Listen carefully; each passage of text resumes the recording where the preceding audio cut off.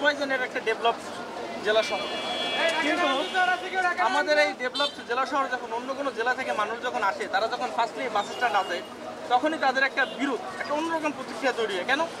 এই যে আমাদের শহর, এই শহরের যে রাস্তা, এই যে বাস স্ট্যান্ড, এখানে রাস্তার অবস্থা দেখেন পানি জমে আছে, এবং এইখানে যখন এই যে বাসগুলো থামায় বা ছোটো মিশুকগুলো বা গাড়িগুলো যায়, তখন এইগুলো কিন্তু উল্টে পড়ে যায়।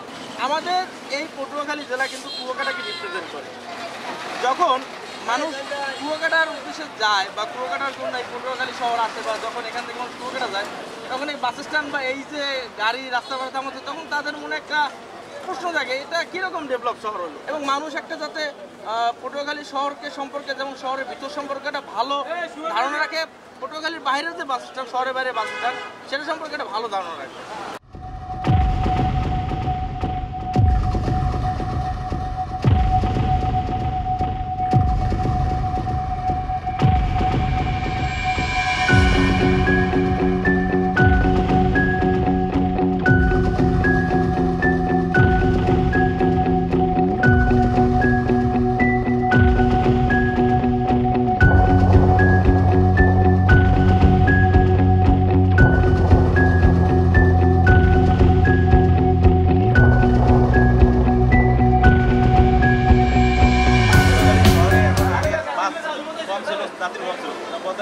এখন প্রচুর বাস যাত্রী বাইরে গেছে, কিন্তু এখানে যাত্রীর ছাউনি নাই, এখানে ভালো একটা পরিবেশ নাই, মানুষের পানি জলবদ্ধতার কারণে অনেক কষ্ট হয় যাত্রীদের, সব দিকে সমস্যা, টয়লেট নাই, কোনো কিছুই নাই এখানে।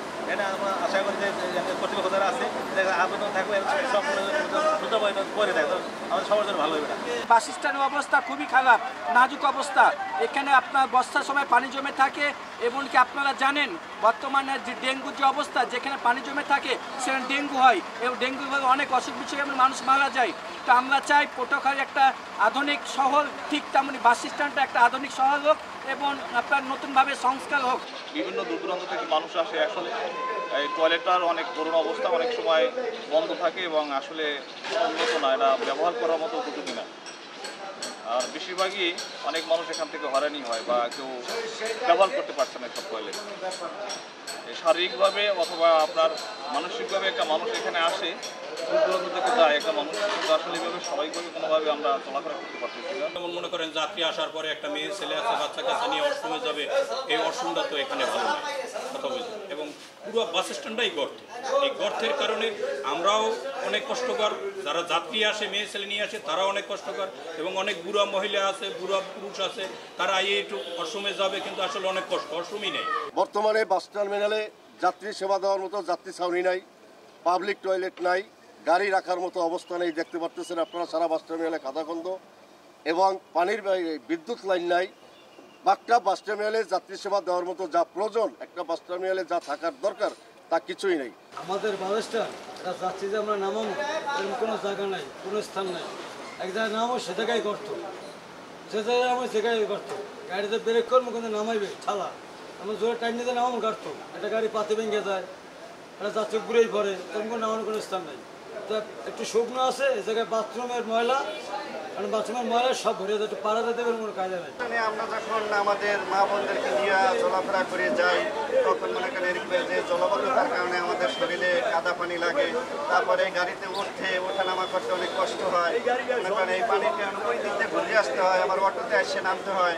এই জন্য আমরা কর্তৃপক্ষের কাছে এটা দাবি জানাই যে এই জলবদ্ধতা কীভাবে এরকম সুষ্ঠু সমাধান হইতে পারে, এটা কর্তৃপক্ষের কাছে আমরা এরকম জোর দাবি জানাচ্ছি।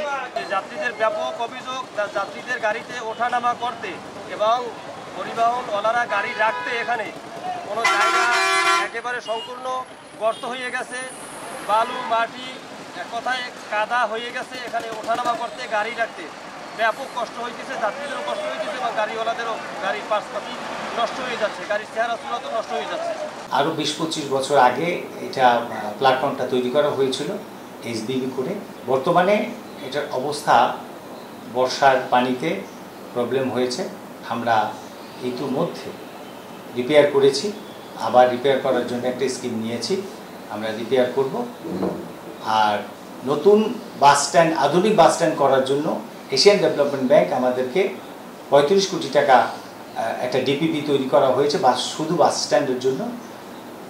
ওই বাস স্ট্যান্ডটা যদি আমরা অনুমোদন পাই তাহলে আমরা বাস স্ট্যান্ডটা আধুনিক একটা বাস স্ট্যান্ড আমরা তৈরি করে জনগণকে উপহার দিতে পারবো। পটুয়াখালী বাস টার্মিনালটা দীর্ঘদিন যাবত অবহেলিত।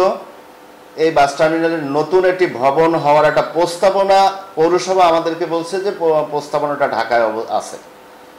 আমরা ওটা খবর নিয়ে দেখেছি, কিন্তু এইটা বাস্তবায়িত হতে ন্যূনতম আরও 3 বছর সময় লাগবে। আজকে পটুয়াখালী বাস টার্মিনালটি একেবারে ব্যবহার উপযোগী হয়ে গেছে। তাই পৌরসভাকে আমরা বারবার এই বিষয়ে বলা সত্ত্বেও তারা আংশিক একটু রিপেয়ার করে, বাকি অংশটুকু আবার ফাঁকা থাকে, যেখানে আজ ব্যবহার অনুপযোগী হয়ে পড়েছে। তাই আমার পৌরসভাকে অনুরোধ থাকবে, পৌরসভার প্রশাসককে অনুরোধ থাকবে, বিনয়ের সাথে বলবো যে আপনি অনতিবিলম্বে একটি বাস টার্মিনালের মেরামত সংক্রান্ত একটি প্রজেক্ট সাবমিট করে অনতিবিলম্বে বাস টার্মিনালকে ব্যবহার উপযোগী করে মানুষের দুর্ভোগ যাতে লাঘব হয় সে ব্যাপারে ব্যবস্থা নেওয়ার জন্য আমি পৌর প্রশাসনকে অনুরোধ জানাবো।